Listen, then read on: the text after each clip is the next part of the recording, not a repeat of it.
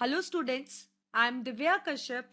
As you all know that I am your science expert, so today we are going to start with the topic of class 10th science. So let's see what interesting topic we are going to start today.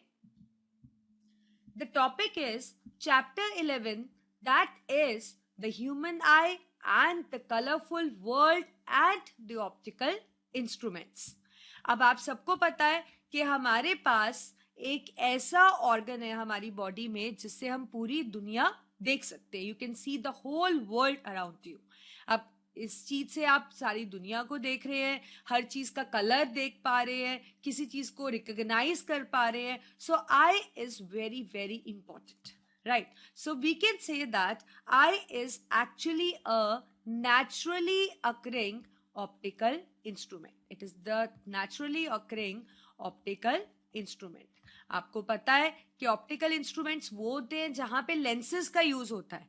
तो आप कह सकते हो एक nature की तरफ से gift है आपके पास कि एक हमारे पास आंखें हैं जिसके अंदर सेल जैसे स्ट्रक्चर प्रेजेंट है और जिसके कारण हम दुनिया को देख सकते हैं. तो इस चैप्टर में हम ह्यूमन आई के बारे में पढ़ना चाह रहे हैं और ह्यूमन आई से आप कैसे कैसे पूरी दुनिया देख पाते हो, आई के क्या पार्ट्स हैं, क्या फंक्शंस हैं, क्या आप कह सकते हो डिफेक्ट्स हो सकते हैं. हम इसमें बहुत से इंटरेस्टिंग टॉपिक पढ़ने वाले हैं. तो स्टार्ट करते हैं इसको. Topics to be covered in this chapter are, we have human eye, we have accommodation of eye, we have eye defects, we have dispersion, we have atmospheric refraction, and we do have scattering. So let's start. अब देखिए human आई की बात करें तो जैसे मैंने आपको बताया कि ये नेचर का गिफ्ट है हमारे अंदर कि एक नेचुरली अकरिंग ऑप्टिकल इंस्ट्रूमेंट हमारे अंदर प्रेजेंट है, दैट इज अ आई. ठीक है, क्योंकि देखिए ऑप्टिकल इंस्ट्रूमेंट जैसे कि मैं अभी मेंशन कर चुकी हूँ वो होते हैं जिनमें लेंसेज का यूज होता है, राइट? तो हमारे अंदर एक नेचुरली अकरिंग ऑप्टिकल इंस्ट्रूमेंट है, दैट इज ह्यूमन आई. और आप सबको पता है हमारे अंदर we have a pair of eye in us. और फंक्शन क्या रहता है आंखों का? आंखों से हम पूरी दुनिया को देख सकते हैं. So it enable us to see, otherwise without it the whole world would have been a dark place for us. अगर हमारे पास आंखें ना होती तो चाहे कोई चीज कितनी भी कलरफुल होती लेकिन हमारे लिए दुनिया क्या होती? बिल्कुल डार्क. आपने देखा होगा कि कई लोग ब्लाइंड होते हैं, वो देख नहीं सकते. तो कितनी भी अच्छी चीजें आपके पास हो तो वो तो कभी नहीं देख पाएंगे क्योंकि उनके पास आंखें ही नहीं है.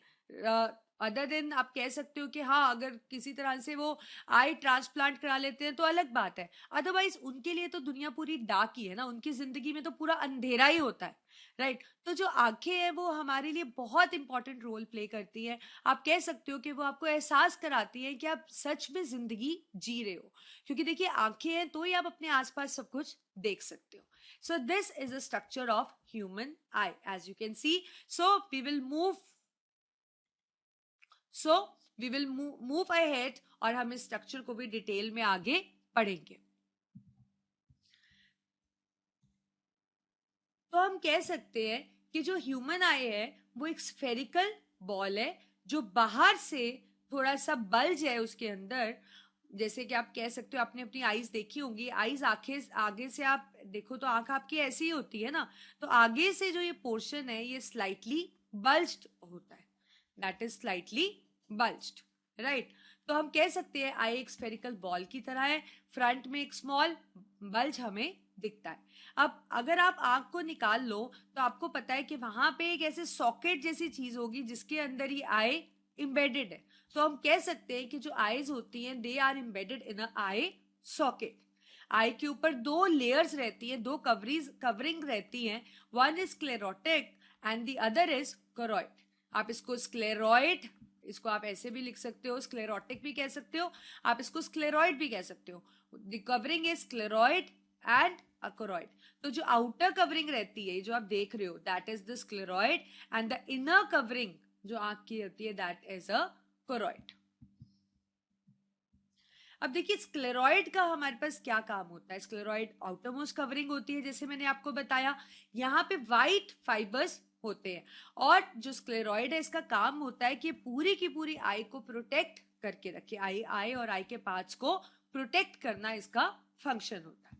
और अगर हम इनर लेयर कोरॉइड की बात करते हैं तो इनर लेयर जो कोरॉइड है वो एक ग्रे कलर की मेम्ब्रेन होती है, राइट।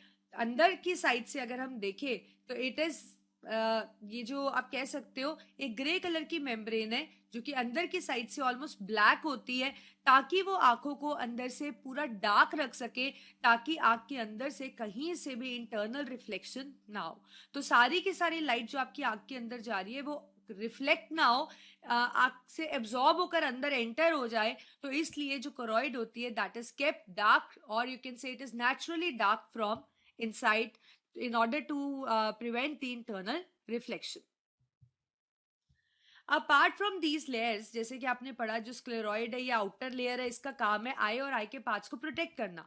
और कोरॉइड का हमने पढ़ा, कोरॉइड एक ऐसी लेयर है जो इंटरनल रिफ्लेक्शन को प्रिवेंट करने में हेल्प करती है। सो अपार्ट फ्रॉम दैट हमारे पास आई के और भी बहुत सारे पार्ट्स है। We have cornea, we have iris, we have pupil, we have ciliary muscles, lens, retina, blind spot and the optic nerve, right. तो आप देखिए मैं आपको एक्सप्लेन करती हूँ थोड़ा सा।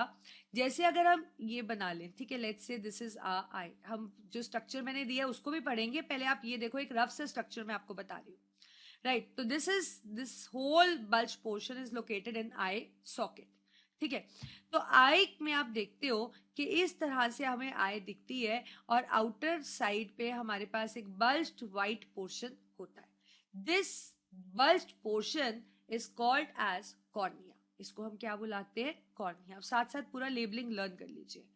अंदर की साइड पे एक पोर्शन होता है जिसको आप, जो आपकी आंखों को कलर देता है। आपने देखा होगा कि किसी की आंखें ब्लू होती है, किसी की ब्लैक होती है, किसी की ब्राउन होती है, and this portion is the coloured part of eye which is called as iris, right. इसने एक छोटी सी राउंड बॉडी होल्ड कर रखी है and this round body is called as pupil. इसको हम क्या बुलाते हैं? प्यूपिल। प्यूपिल हमेशा ब्लैक ही होता है कलर के अंदर, क्योंकि यहाँ से कोई भी रे रिफ्लेक्ट नहीं होती है, सारी की सारी लाइट को एब्जॉर्ब कर लेता है ये, तो it is black in colour. अब ये तो हो गया आपका कॉर्निया, ये हो गया आइरिस, और ये हो गया आपका जो राउंड बॉडी प्यूपिल। इसके पीछे जैसे आपकी बॉडी में और मसल्स होती हैं, वैसे ही हमारे पास होती है आई की मसल, सीलियरी मसल्स। दूसरी मसल्स की तरह इसका वही काम रहता है, कॉन्ट्रैक्शन और रिलैक्सेशन, और ये होल्ड करती है एक, आप कह सकते हो सेल का बना हुआ स्ट्रक्चर जो कन्वेक्स लेंस को रिजेंबल करता है। पर ये कोई आप कह सकते हो शीशे का, क्रिस्टल का बना हुआ स्ट्रक्चर नहीं है, ये सेल का बना हुआ स्ट्रक्चर है विच रिजेंबल्स द कन्वेक्स लेंस, और इसका काम वही होता है जो कि कन्वेक्स लेंस का होता है, that is to converge rays. ये रेज को कन्वर्ज करने में हेल्प करता है, मतलब जो भी रेज इसमें फॉल करेंगी ये सारी रेज को एक पॉइंट पे मीट करवा देगा, राइट। अब इसके पीछे जो ये पोर्शन है ये सारा, this is called as retina. इस पूरे पोर्शन को हम क्या बोलते हैं? ये वाला, this one is called as retina. This is retina. अब ये जो पूरा पोर्शन है, ये जो मैंने बनाया है, it is actually a screen of eye. इसको हम आई की स्क्रीन भी बोलते हैं, क्योंकि यहीं पे सारी की सारी इमेज बनती है, राइट। अब कैसे बनती है, कलर कैसे आता है, इंटेंसिटी, वो हम टाइम टू टाइम अभी आगे पढ़ते चलेंगे। अब लेंस और कॉर्निया के बीच में भी फ्लूइड होता है। This fluid is called as aqueous humour. और लेंस और रेटिना के बीच में भी फ्लूइड प्रेजेंट है, and this fluid is called as vitreous humour, right. तो और ये जो जगह है हमारी, इसको हमने बोला है ब्लाइंड स्पॉट, क्योंकि यहाँ पे कोई, जैसे ये रेटिना का ही पार्ट है लेकिन यहाँ पे इमेज नहीं बनती, रेटिना इसको यहाँ पे कंटिन्यू नहीं है, यहाँ से सिर्फ एक ऑप्टिक नर्व एंटर होती है जो आई को ब्रेन के साथ कनेक्ट करती है। So I think you got it. एक रफ आइडिया आपके पास हो गया है डायग्राम का। फिर भी हम डायग्राम को और अच्छे से डिटेल में पढ़ेंगे, ये तो सिर्फ मैंने आपको आप कह सकते हो सिर्फ फैमिलियर कराने के लिए एक रफ सा डायग्राम ड्रॉ किया था। तो हम पढ़ते हैं अब आई को डिटेल में। अब मैंने आपसे बताया कि कॉर्निया क्या होता है। कॉर्निया एक वाइट कलर का बल्ज्ड पोर्शन होता है जिसका काम है कि यहाँ से लाइट एंटर करती है, सारी की सारी लाइट यहाँ से एंटर करती है। तो हम कह सकते हैं it act as a window to the world. अब इसके बीच में मैंने आपको बताया जो कलर्ड पार्ट है, जो कलर्ड पार्ट है इस तरीके से, this is called as iris. इसको आप क्या बुलाते हो?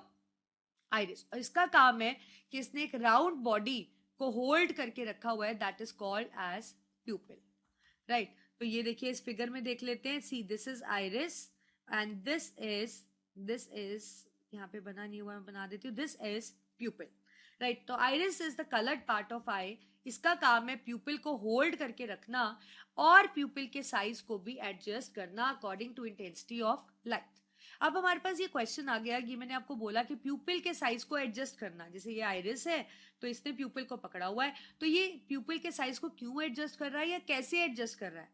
अब देखिए, जब आप कहीं ब्राइट लाइट में होते हैं, जब आप कहीं ब्राइट लाइट में होते हैं तो क्या होगा, आपकी आंखों में जो रेज है वो काफी ज्यादा मोर नंबर ऑफ रेज आपकी आंखों के अंदर जाएंगी, तो जो आपकी इमेज बनेगी वो बहुत ही ज्यादा ब्राइट बनेगी और इतनी ब्राइट इमेज को ब्रेन नहीं पहचान पाएगा, राइट। क्योंकि ब्रेन को पहचानने के लिए ना ज्यादा ब्राइट होनी चाहिए इमेज, ना ज्यादा डार्क होनी चाहिए, it should be of moderate type. तो क्या होता है कि जब आप ब्राइट लाइट में होते हो तो बहुत ज्यादा नंबर ऑफ रेज आपकी आंखों में एंटर हो रही हैं और इमेज बहुत ब्राइट बन रही है और ब्रेन को पहचानने में दिक्कत हो रही है। तो उस केस में क्या होता है, जो आइरिस है ये पार्शली कवर कर लेता है प्यूपिल को, तो प्यूपिल का साइज क्या हो जाता है, छोटा। अब जब प्यूपिल का साइज छोटा हो गया तो यहां से उतनी ज्यादा रेज एंटर नहीं करेंगी, तो इतनी ज्यादा ब्राइट इमेज नहीं बनेगी जिसको ब्रेन नहीं पहचान पाएगा। मतलब moderate number of rays enter करेंगी जो कि क्लियर इमेज दे पाए और जिसको ब्रेन पहचान भी पाए। अब ऐसे ही आप कहीं डार्क में जाते हो, ठीक है, तो क्या होता है, वहां पे नॉर्मल कंडीशन पे कम rays, less number of rays आपकी आंखों के अंदर एंटर करेंगी। अब लेस नंबर ऑफ रेज हैं तो इसका मतलब जो इमेज बनेगी वो काफी डिम बनेगी और डिम इमेज भी ब्रेन पहचान नहीं पाएगा। तो उस केस में क्या होता है कि जब हम डार्क में जाते हैं तो जो ये आइरिस है ये इस तरह से एक्सपैंड हो जाता है और उस वजह से प्यूपिल का साइज बड़ा हो जाता है, क्योंकि ये पहले आइरिस को पार्शली कवर किया हुआ था इसने, अब इसने एक्सपैंड हो गया तो प्यूपिल का साइज भी बड़ा हो गया। अब now if the size of the प्यूपिल is bigger now, so the large number of rays can enter, and in that case the image formed will not be dim, it will be of moderate type which can actually be you can say recognized by the brain. So I think you got it, आपको iris और cornea के बारे में पता लग गया। Now we have pupil. अब मैंने आपसे बताया जो ये आइरिस है वो प्यूपिल को होल्ड करता है और प्यूपिल के साइज के बारे में भी आपको पता लग चुका है। अब मैंने आपसे ये भी बताया प्यूपिल का कलर हमेशा ब्लैक होता है क्योंकि यहाँ से कोई भी रे रिफ्लेक्ट नहीं होती, सारी की सारी रेज जो इस पे फॉल कर रही हैं ये उसको एब्जॉर्ब कर लेता है। अब इसका साइज छोटा या कंस्ट्रिक्टेड तब होता है जब लाइट इंटेंसिटी हाई होती है। जब लाइट इंटेंसिटी ज्यादा होगी तो बहुत ज्यादा रेज एंटर ना हो, बहुत ज्यादा ब्राइट इमेज ना बने, इसलिए प्यूपिल का साइज कंस्ट्रिक्ट हो जाता है, उसको आइरिस पार्शली कवर कर लेता है।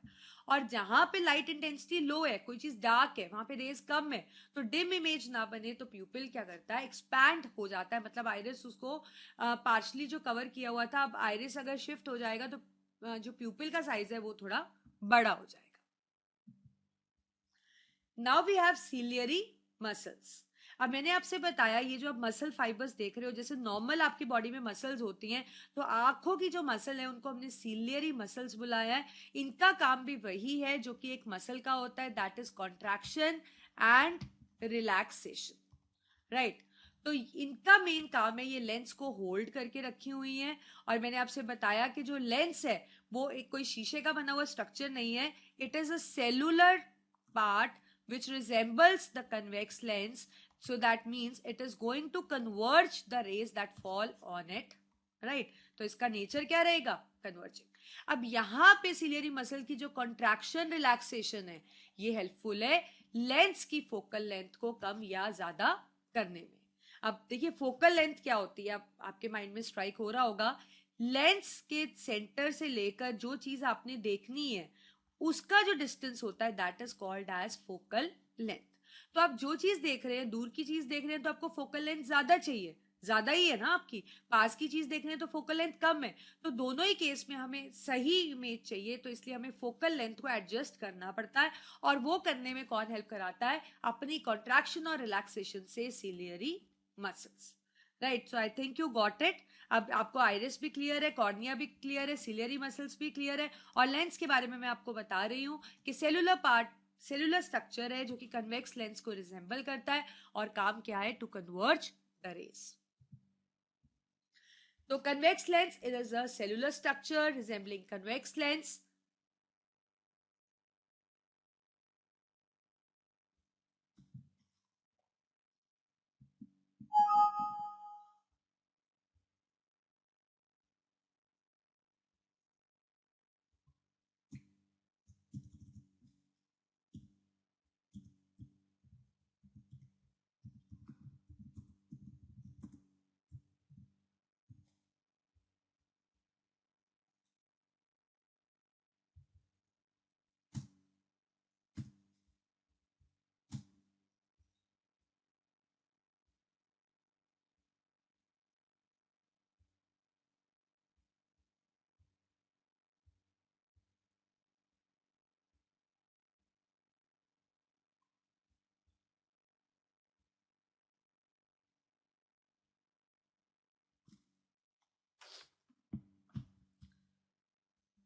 तो कन्वेक्स लेंस का काम है, एक सेलुलर स्ट्रक्चर है, कन्वेक्स लेंस को रिजेंबल करता है और काम क्या है, टू कन्वर्ज द रेज, मतलब जो भी रेज इस पे फॉल कर रही हैं ये सबको अपने में से पास कराकर एक पॉइंट पे मीट कराने पे हेल्प करता है, और जहां पे वो मीट करती है वहां पे क्या बन जाती है, इमेज।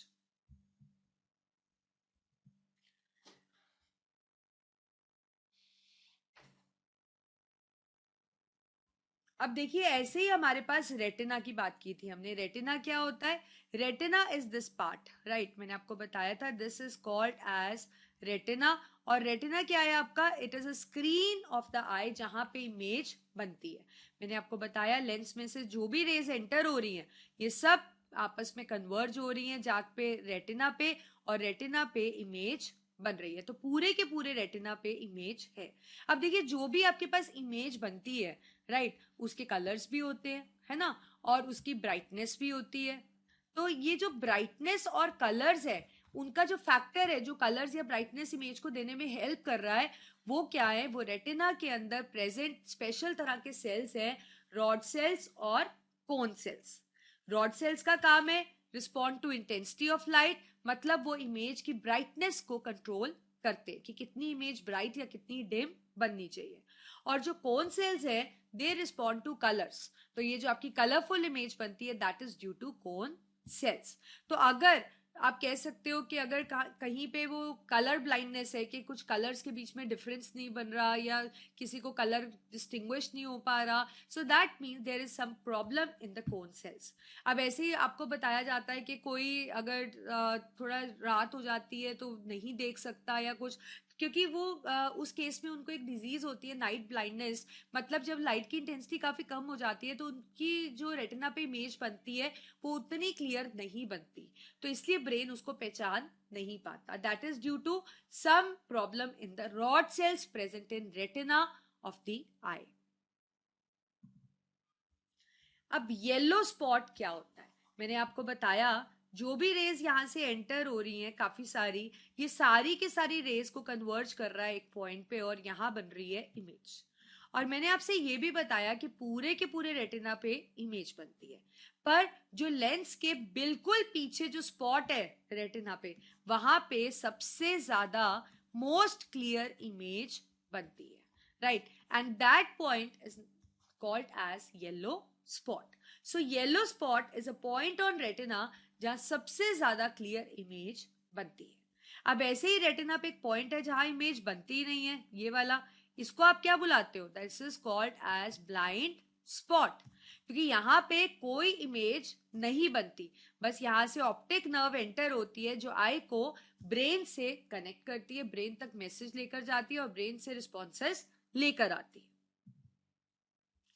अब मैंने आपसे ये भी बताया कि लेंस और कॉर्निया के बीच में एक फ्लूइड प्रेजेंट है that is called as aqueous humour, और लेंस और रेटिना के बीच में भी फ्लूइड प्रेजेंट है that is called as vitreous humour. अब जो आगे की साइड में फ्लूइड है इसका काम है आई के एंटीरियर पोर्शन को प्रोटेक्ट करना, और ऐसे ही जो ये फ्लूइड है जो पोस्टीरियर पार्ट में है विट्रस ह्यूमर, इसका काम है आई के पोस्टीरियर पार्ट को प्रोटेक्ट करना। तो हम कह सकते हैं कॉर्निया और लेंस के फ्लूइड को हम एक्वस ह्यूमर बुलाते हैं। It is a watery fluid जो आई के इंटीरियर पार्ट में है और इसका फंक्शन है कि आई के इंटीरियर पार्ट को प्रोटेक्ट करना और इसको कोलैप्स करने से बचाना जब एटमॉस्फेरिक प्रेशर में कोई सडन चेंज हो। देखिए जब आपको पता है जो एटमॉस्फेरिक प्रेशर है वो हमारा कांस्टेंट होता है, पर फिर भी उसकी जो वैल्यू है कम ज्यादा होती रहती है, राइट। तो एटमॉस्फेरिक प्रेशर जैसे चेंज हो रहा है ऐसे ये जो हमारा आप कह सकते हो ये पार्ट है जो आई का वो कोलैप्स ना कर जाए, तो एक्वस ह्यूमर फ्लूइड उस एंटीरियर पार्ट को कोलैप्स करने से बचाता है change in atmospheric pressure. Likewise vitreous humour posterior part को प्रोटेक्ट करता है कोलैप्सिंग से with sudden change in atmospheric pressure. So ये जो हमने फ्लूइड पढ़ा एक्वस ह्यूमर का, इसका एक और इंपॉर्टेंट काम है, it is a fluid like when you wink your eyes, so एक फ्लूइड होता है जो बाहर निकलता है that is none other than this aqueous humour and it actually washes the any infection which is in your eye and also keep the eye moist. ऐसे ही lens और retina का फ्लूइड हम बात कर चुके हैं, that is vitreous humour.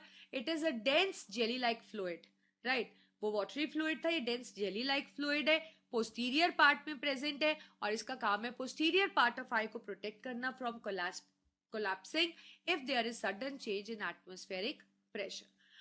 And it also helps in focusing the image clearly on the retina. तो ये दो फ्लूइड्स का ये रोल रहता है. अब हमारे पास एक क्वेश्चन है, what happens when we are standing out in a daytime? See, when you are exposed to a bright light, आपको पता है कि ब्राइट लाइट में बहुत ज्यादा रेज आपकी आंखों में एंटर हो रही है. So iris constrict the pupil partially, it covers it partially, so or you can say that pupil gets shorten up because the right light should enter the eye and the image form should be very clear. But when you are in dark room, the pupil expands. क्यों? क्योंकि वहां पे it has to gather more light in order to obtain clear image. तो pupil जो होता है वो आप कह सकते हो कि कंस्ट्रिक्ट और एक्सपैंड करता रहता है. या आइरिस उसको आप कह सकते हो उसके साइज को एडजस्ट करता रहता है according to intensity of light and just because of to obtain the clear image on retina which can be easily distinguished by brain. Now we have a topic that is accommodation of eye. अब देखिए, मैंने आपसे बताया था कि जब हमें कोई चीज देखनी होती है तो उस ऑब्जेक्ट तक का एक डिस्टेंस होता है जिसको हम क्या बुलाते हैं, फोकल लेंथ. मैंने आपसे ये भी बताया कि जब हमें कोई पास की चीज देखनी है तो हमारी फोकल लेंथ क्या होती है, स्मॉल. आई लेंस और ऑब्जेक्ट का जो डिस्टेंस है तो छोटा होना चाहिए, मतलब फोकल लेंथ कम होनी चाहिए. लेकिन जब आपने दूर की चीज देखनी है तो आपकी फोकल लेंथ भी इंक्रीज होनी चाहिए, तभी क्लियर इमेज बनेगी. तो ये जो एडजस्टमेंट हो रहा है, मतलब अपने आप लेंस जो अपनी फोकल लेंथ एडजस्ट कर रहा है, this is called as accommodation. So it is an ability of eye lens to adjust its focal length ताकि क्लियर इमेज बने रेटिना पे और उसको ब्रेन पहचान पाए. तो देखते हैं अकोमोडेशन होती कैसे है. See, when you want to see far of objects तो आपकी फोकल लेंथ क्या हो जानी चाहिए, इंक्रीज हो जानी चाहिए. अब वो इंक्रीज कैसे होती है, देखिए इसको इंक्रीज करने के लिए सीलियरी मसल्स कैसे हेल्प करती हैं, सीलियरी मसल्स रिलैक्स करती है. सीलियरी मसल्स क्या करती हैं, रिलैक्स. अब रिलैक्स होने से जो लेंस है वो थिन और इलोंगेटेड हो जाता है, राइट. मतलब पतला और लंबा हो जाता है. अब जब वो पतला और लंबा हो जाएगा तो उससे उसकी जो फोकल लेंथ है वो भी इंक्रीज हो जाएगी और क्लियर इमेज बन पाएगी. अब जब हमें नियर बाय ऑब्जेक्ट्स देखनी है तो हमारी फोकल लेंथ जो होनी चाहिए वो कम होनी चाहिए. तो फोकल लेंथ को कम करने के लिए सीलियरी मसल्स क्या करती है, कॉन्ट्रैक्ट इस तरीके से जिससे जो हमारा लेंस है वो मोटा और स्मॉल हो जाता है साइज में. आप कह सकते हो it becomes thick and short, जिस वजह से उसकी फोकल लेंथ डिक्रीज कर जाती है और क्लियर इमेज बनती है. तो आपको याद रखना है कि जब आपको दूर की चीज देखनी है तो फोकल लेंथ बढ़नी चाहिए, जब आपको पास की चीज देखनी है तो फोकल लेंथ कम होनी चाहिए. फोकल लेंथ बढ़ाने के लिए जो सीलियरी मसल्स हैं वो क्या करती हैं, रिलैक्स करती हैं, और जो लेंस है आपका वो थिन एंड इलोंगेटेड हो जाता है, राइट. अब जब आपको नियर बाय चीज देखनी है तो फोकल लेंथ कम होनी चाहिए. वो कैसे होती है, जब सीलियरी मसल्स कॉन्ट्रैक्ट करती है, ऑपोजिट है बिल्कुल इसके, और लेंस जो है वो थिक और शॉर्ट हो जाता है. तो इससे हमारे पास क्लियर इमेज बन पाती है. This is what is accommodation of eye. अब हमारे पास आई से रिलेटेड डिफेक्ट्स हैं, that is called as eye defects. So first defect we are going to study is myopia. आपने देखा होगा कि कुछ लोग ऐसे होते हैं जो फार ऑफ चीजों को नहीं देख पाते. ये नहीं कि देख ही नहीं पाते, आप कह सकते हो क्लियरली नहीं देख पाते, राइट. बट नियर बाय चीजों को वो आसानी से देख पाते हैं. मेरे को भी यही डिफेक्ट है, मैं दूर की चीज अच्छे से नहीं देख सकती हूँ पर पास की चीज अच्छे से देख सकती हूँ. तो जब भी कभी ऐसा तरह का आई के अंदर हो कि आप दूर की चीज नहीं अच्छे से देख पा रहे हो और पास की देख पा रहे हो, उस डिसऑर्डर को हम क्या बोलते हैं, मायोपिया या फिर शॉर्ट साइटेडनेस. मतलब पास, शॉर्ट मतलब पास का दिखता है और दूर का क्लियरली नहीं दिखता. अब इसका कारण क्या होता है, अब देखिए दूर का नहीं दिखता तो मतलब फोकल लेंथ इंक्रीज नहीं होती, पर मैंने आपसे बोला क्लियरली नहीं दिखता, इसका मतलब फोकल लेंथ इंक्रीज प्रॉपरली नहीं होती, हो तो रही है पर प्रॉपरली नहीं हो रही है। अब आपको पता है फोकल लेंथ इंक्रीज कराने के लिए सीलियरी मसल्स नॉर्मल अकोमोडेशन क्या होता है, रिलैक्स करती हैं और लेंस इस वजह से थिन और इलोंगेटेड हो जाता है, यही होता है ना। अब इसका मतलब ये प्रॉपरली बढ़ नहीं रही, क्यों? क्योंकि इसका मतलब ये प्रॉपरली रिलैक्स नहीं हो रही और ना ही लेंस प्रॉपरली थिन और इलोंगेटेड नहीं हो रहा। इसी कारण तो फोकल लेंथ अच्छे से बढ़ नहीं पा रही, तो आप क्लियर इमेज आपके पास बन नहीं पा रही, आपको दूर का चीज क्लियर दिख नहीं रही। या फिर आई के अंदर डिफेक्ट हो सकता है कि जो आई बॉल है वो जरूरत से ज्यादा बड़ी है, इस करके जो कन्वर्जिंग पावर है लेंस की दैट इज टू हाई। तो दो रीजन हो सकते हैं, आई बॉल बहुत बड़ी है या लेंस की कन्वर्जिंग पावर बहुत ज्यादा है। तो ऐसा लेंस पे जब रेस फॉल करती है तो कन्वर्जिंग पावर ज्यादा होने की वजह से वो पहले ही रेस को कन्वर्ज कर देता है। मतलब जैसे आपके पास ये आई है तो इस रेटिना यहाँ है तो यहाँ पे कन्वर्ज होना चाहिए ना, पर कन्वर्जिंग पावर ज्यादा होने से कारण ये रेटिना से पहले ही कन्वर्ज कर देता है। अब इमेज तो ब्रेन वही पहचान पाता है ना जो रेटिना पे बने, ये तो रेटिना से पहले कन्वर्ज हो गई। So this is actually due to an eye defect. तो अगर हम किसी फैक्टर से ये कन्वर्जिंग प्रॉपर करा पाए कि रेटिना पे कन्वर्ज हो तो क्लियरली दिख सकता है। तो उसका करेक्शन ये रहता है कि हम स्पेक्टिकल्स यूज करते हैं जिसके अंदर कनकेव लेंस होता है और ये कनकेव लेंस क्या करता है, पहले जो रेज आ रही है उनको डाइवर्ज करता है ताकि वो आई लेंस जिसका कन्वर्जिंग पावर ज्यादा है वो डाइवर्ज रेस को जब कन्वर्ज करेगा तो वो रेटिना पे प्रॉपर कन्वर्ज होंगी, एक प्रॉपर इमेज रेटिना पे बनेगी जिसको ब्रेन पहचान पाएगा और आपको क्लियर दिखेगा। तो जिनको मायोपिया होता है वो कनकेव लेंस वाला स्पेक्टिकल अगर यूज करें तो उनको फार ऑफ चीज भी क्लियरली दिखती है। अब ऐसे ही हमारे पास एक डिफेक्ट है हाइपरमेट्रोपिया।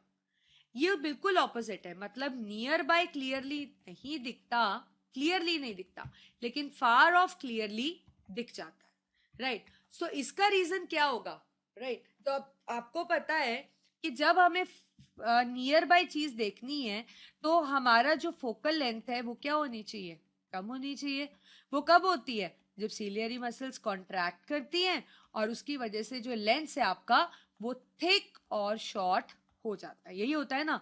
अब इसका मतलब ये नहीं कम हो रहा तो मतलब ना तो सीलियरी मसल प्रॉपरली कॉन्ट्रैक्ट कर रही है और ना ही लेंस प्रॉपरली इस कारण थिक और शॉर्ट हो पा रहा है। इसी वजह से जो इमेज बन रही है वो ब्रेन पहचान नहीं पा रहा, वो इमेज क्लियर नहीं है। या फिर आई डिफेक्ट हो सकता है, वो तो अकोमोडेशन का डिफेक्ट हो गया। आई डिफेक्ट क्या हो सकता है कि आई बॉल जरूरत से ज्यादा छोटा है और जो लेंस है उसकी कन्वर्जिंग पावर बहुत ही ज्यादा कम है।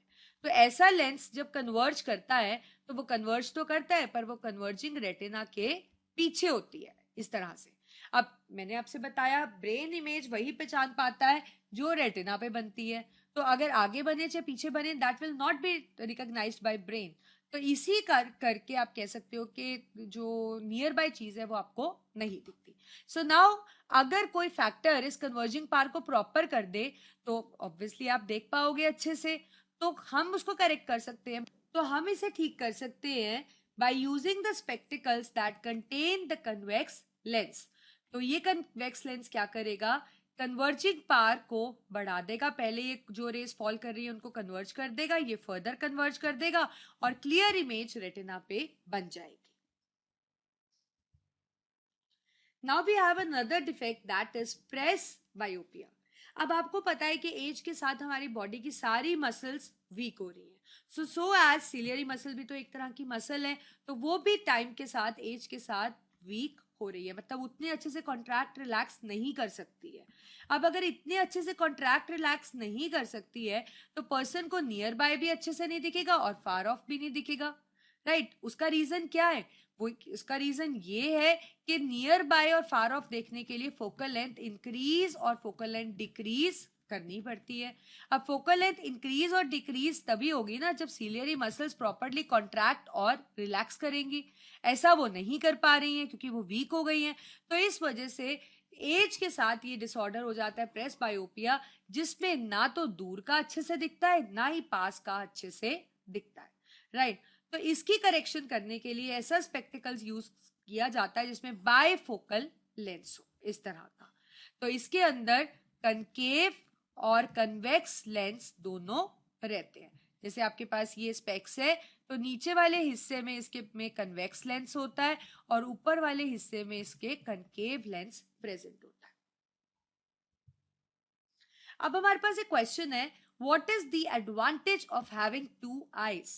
You know that the advantage of having two eyes is to increase the horizontal view, क्योंकि दोनों आंखों से आपका जो horizontal view है वो बढ़ जाता है और आपको पता है कि eyes दोनों कुछ distance से separated है। तो जब ये distance present इसीलिए वजह से है कुछ सेंटीमीटर्स का, ताकि आप किसी भी चीज की डेप्थ को अच्छे से जज कर पाओ, जिसको हम सेलोप्सिस कहते हैं।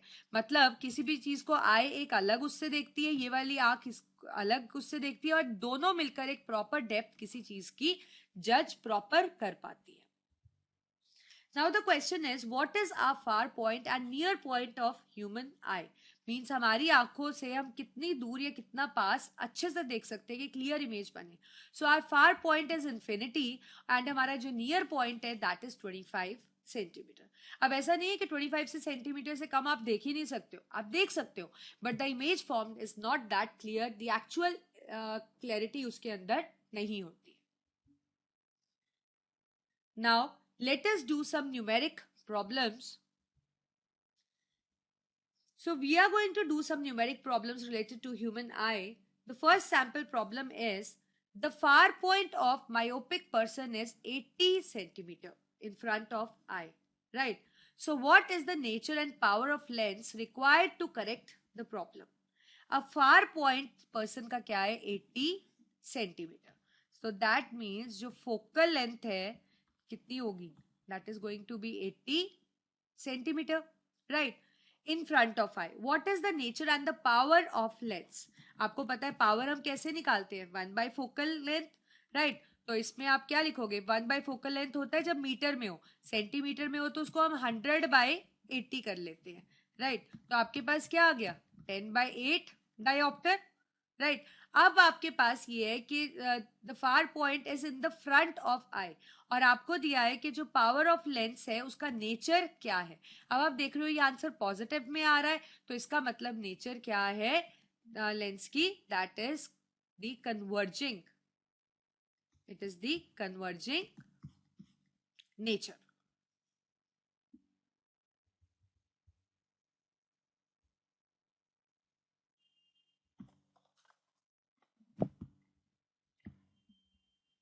Now, let's start with refraction through prism and then we'll proceed to dispersion. अब सबसे पहले हम बात करते हैं कि प्रिज्म क्या होता है। देखिए, prism is a piece of glass, एक ग्लास का बना पीस होता है जो कि ट्राइंगुलर होता है। So we can say that it is a piece of glass और any transparent material which is bounded by triangular and 3 rectangular surfaces. इसमें ट्राइंगुलर और 3 रेक्टेंगुलर सर्फेसेस रहते हैं, राइट? तो हम स्टार्ट करते हैं इसको और पढ़ते हैं इसके बारे में। जो रेक्टेंगुलर सर्फेसेस होते हैं प्रिज्म के उनको हम रिफ्रैक्टिंग सर्फेसेस कहते हैं। अब देखिए जैसे ये प्रिज्म है, so these are the refracting surfaces, right? तो एंगल होता है जो दो रिफ्रैक्टिंग सर्फेसेस के बीच में, ये तो इस एंगल को हम क्या कहते हैं? Angle of prism. The line along which the two refracting surfaces meet, this line which is like making the two refracting surfaces meet, it is called a refracting edge. It is called the refracting edge. And any section of prism which is perpendicular to the refractive edge is called as principal section of edge.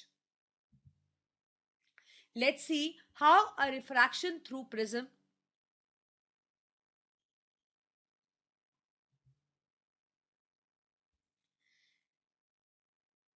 अब देखिए आपके पास क्या होता है, इस तरह से आपके पास प्रिज्म होता है। Let's say this is prism, ठीक है? ये एक वाइट लाइट इस पे फॉल कर रही है। अब जब लाइट फॉल करती है तो वो ऐसे अलग अलग कंपोनेंट्स के अंदर स्प्लिट हो जाती है, right? It splits into different colours और you can say different wavelengths of light. मतलब रिफ्रैक्ट हो रही है। When it is entering the you can say a prism, it is getting refracted. Now अब क्या रहता है कि जैसे सपोज आपके पास एक स्क्रीन है, तो इस स्क्रीन के ऊपर जब वो रिफ्रैक्ट होकर आती है तो ये जब इसमें से पास होती है then again it undergoes a refraction, और इस तरह से आपके पास आप कह सकते हो ये रेज आ जाती है। तो पूरा एक स्पेक्ट्रम आपके पास यहाँ पे बन जाता है, जो कि violet, indigo, blue, green, yellow, orange, red, means it consist of 7 colours of light VIBGYOR. अब इसमें जो सबसे ज्यादा कलर डिविएट होता है that is violet, that is violet. Violet का जो वेवलेंथ होता है that is 400 nanometer. That means it has the smallest wavelength.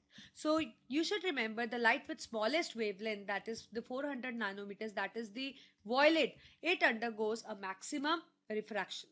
And as you can see that on top we have red, and red has a maximum wavelength in the colored region, that is 700 nanometer, and it gets refracted only to a smaller extent.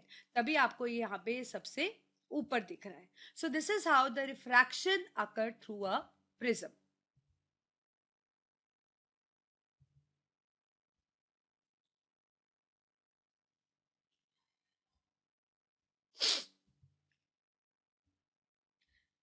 Do you know the sunlight also consists of 7 colors? Let us prove it. देखिए आपके पास आप एक plane mirror ले लीजिए एक suitable size का and place it in a bowl. आप एक बाउल ले लो और उस पे एक प्लेन ग्लास का आपने एक मिरर रख दिया. Fill the bowl with the water, हमने उसको वाटर से फिल कर दिया. Put this arrangement near the window of your house or anything. आप देखोगे कि जैसे ही उस पे सनलाइट फॉल करेगी it like such that the sunlight directly falls on the mirror. इस तरह से आपको ये अरेंजमेंट रखना है, राइट? तो ऐसा क्या होता है जब आप ऐसा करते हो तो आप देखते हो कि ये जो मिरर है it act like a prism only, और वो व्हाइट लाइट को स्प्लिट कर देता है 7 कलर्स में, and you get a full 7 colours, that is you get a spectrum of light. And this splitting of white light into different colors is called as dispersion. तो इस activity में हम पहले क्या करते हैं, आपको मैंने बताया कि एक बाउल ले लेते हैं, हम उसमें एक मिरर रख देते हैं, पानी से इसको भर देते हैं, सनलाइट के बिल्कुल पास रखते हैं जहाँ पे इस पे डायरेक्ट सनलाइट फॉल करे, right? Now adjust the position of bowl such that the reflected light from the mirror falls on a white coloured wall. मतलब हमें इस तरह से रखना है कि जो लाइट इस पे फॉल करके रिफ्लेक्ट हो वो रिफ्लेक्ट होकर एक वॉल पे जाए और वॉल वाइट कलर की हो ताकि आप कलर्स देख पाओ उस पे. So we will observe that 7 colors on the white wall, that is the phenomena of dispersion, that is the white light, white sunlight which falls on this mirror get reflected, and this reflected light you can say split into different colors, that is a spectrum is formed. So in this the mirror is acting like a prism. So this introduced the phenomena of dispersion, that is the white light splitting into 7 colors, that is called as dispersion. It happens through a glass prism. अब होता क्या है जब light pass होती है या fall करती है आप कह सकते हो ग्लास प्रिज्म पे, वो 7 कलर्स में डिफ्रेंशिएट हो जाती है. ये इसलिए स्प्लिट होती है क्योंकि हमें पता है कि जो व्हाइट लाइट है वो 7 कलर्स ये विबग्योर से मिलकर ही तो व्हाइट लाइट बनी हुई है. एंड ईच कलर जब ये लाइट व्हाइट लाइट एंटर होती है प्रिज्म में तो हर कलर जो होता है एक डिफरेंट एंगल से रिफ्रैक्ट हो रहा है. इस वजह से आप कह सकते हो यहाँ पे आपको डिफरेंट 7 कलर्स मिल रहे हैं. और यहाँ पे भी आप देखो जब ये मिरर से बाहर निकल रहा है फिर मीडियम चेंज हो रहा है, रिफ्रैक्शन हो रही है, तो स्क्रीन पे भी आपको डिफरेंट कलर्स मिल रहे हैं. So that means a spectrum is form ranging from violet to red, the corresponding wavelength that is 400 nanometer to 700 nanometer. Red gets deviate least and the violet gets deviate maximum. The different colors obtained, as we have already done, is the red, orange, yellow, green, blue, indigo, and violet. Right. So as the wavelength decreases, as you see that down we go, the wavelength is decreasing. The frequency, right, you can say when there is decrease in the wavelength, there is increase in the frequency. Right. So that means जो violet है आपके पास, जैसे आपके पास ये VIBGYOR है, तो अगर किसी का कह सकते हो वेवलेंथ इतना है इसका इतना है, so there is increase in the wavelength but decrease in the frequency. So red color is deviated least and violet color is deviated maximum. And जब आप ये व्हाइट लाइट को अपने प्रिज्म में से पास किया तो ये 7 कलर्स में स्प्लिट हो गई, लेकिन अगर आप इन डिफरेंट कलर्स को वापस से प्रिज्म में से पास करें, राइट, तो जो यहाँ से लाइट बाहर निकलेगी that will be a white light. मतलब व्हाइट लाइट से आप विबग्योर बना सकते हो और विबग्योर के कलर्स जब ग्लास प्रिज्म पे फॉल करें they can recombine to give the white light. And as you all have seen the rainbow, आपको पता है जब बारिश होती है, थोड़ा सा सनी वेदर होता है, राइट, तो आपको रेनबो दिखता है. Like you get to see 7 colours in a ring like structure in a sky. That is a rainbow. And rainbow is a natural phenomena and it is caused due to dispersion. Now how it is form. देखिए, आपको पता है कि जब बारिश होती है तो आप हमारे एयर के अंदर टाइनी ड्रॉपलेट्स प्रेजेंट होते हैं. These droplets act as a tiny prism, right? तो आपके पास ये droplets हैं, they act as a tiny prism. तो जब सन से सनलाइट आती है और इन वाटर ड्रॉपलेट से पास करती है, so it gets split into 7 colors. That is the dispersion take place. So rainbow is always formed opposite to the sun. So white light enter these raindrops. Different colors of rays, white light refract through different angles, due to which we get to see rainbow, and it is always in the opposite direction to the sun. Now, as I told you, when you pass white light through a prism, it will split into 7 colors. And similarly, if you keep one more prism at you can say in an inverted position, so when these colorful rays will fall on that prism, they will recombine to form a white light. जैसे मैंने आपको भी पहले भी बताया था कि जब आपने प्रिज्म लिया, उस पर लाइट फॉल करी, स्प्लिट इनटू 7 कलर्स, आपके पास 7 कलर्स आ गए. तो दूसरे प्रिज्म में से जब आप पास करेंगे, लेकिन अगर आप प्रिज्म को ऐसे सीधा रखेंगे तब नहीं वो रिकम्बाइन होगी, उसके लिए आपको इन्वर्टेड रखना पड़ेगा. तो जब आप उसको इन्वर्टेड रखते हो तो जब वो रिफ्रैक्ट होगी, they will recombine to form a single ray of light, that is the white light. So that means जैसे white light different colors में split हो सकती है, वैसे ही जो splitted colored components है वो white light भी बना सकते